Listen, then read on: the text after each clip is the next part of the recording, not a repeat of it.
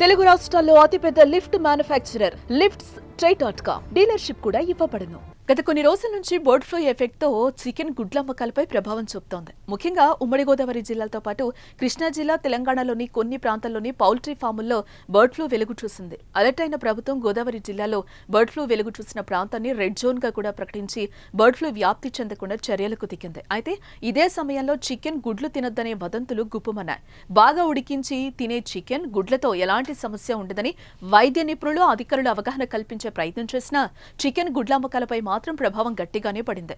అయితే ఇప్పుడిప్పుడే మళ్లీ వాటి అమ్మకాలు పుంజుకుంటున్నట్టు చికెన్ గుడ్ల ధరలు చూస్తే తెలిసిపోతోంది. మరోవైపు బర్డ్ ఫ్లూ వదంతులు పోగొట్టేందుకు సిద్ధమైన పౌల్ట్రీ పరిశ్రమ నిర్వాహకులు ఉచితంగా చికెన్ గుడ్లు పంపిణీ చేస్తున్నారు.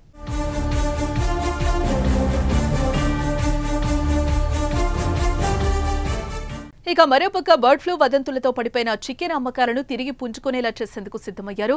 గుంటూరులో ఉచితంగా చికెన్ ను పౌల్ట్రీ పరిశ్రమ నిర్వాహకులు పంపిణీ చేశారు. ఇది కాకుండా మరో అడుగు ముందుకు వేస్తూ ప్రజాప్రతినిధులతో ప్రచారం చేయిస్తున్నారు. ప్రజల అవగాహన కల్పించే ప్రయత్నాలు చేస్తున్నారు. అందులో భాగంగా గుంటూరులోని స్వామి థియేటర్ ప్రాంగణంలో ప్రజలకు ఉచితంగా చికెన్ గుడ్లు పంపిణీ చేశారు పౌల్ట్రీ పరిశ్రమ నిర్వాహకులు. ఉడికించిన చికెన్ గుడ్లు తినటం వల్ల ఎలాంటి సమస్యలు రావని వివరించారు. ఇక చికెన్ వంటకాల కోసం ఆహార ప్రియులు భారీగా తరలివచ్చారు.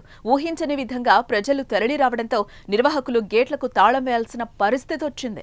మరోవైపు హైదరాబాద్లోని ఉప్పల్లో కూడా ఉచితంగా చికెన్ గుడ్ల వంటకాలు పంపిణీ చేయడంతో ప్రజలు ఎగబడ్డారు.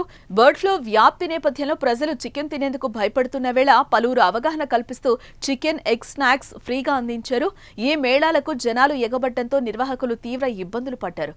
గుంటూరు పట్టాభిపురంలోని స్వామి థియేటర్ గ్రౌండ్ లో, హైదరాబాద్లోని ఉప్పల్ గణేష్ నగర్ వద్ద ఫుడ్ మేళాలు నిర్వహించగా జనాల తాకిడికి నిర్వాహకులు చేతులెత్తేశారు. గుంటూరులో రద్దీ తట్టుకోలేక గేట్లు మూసేశారు.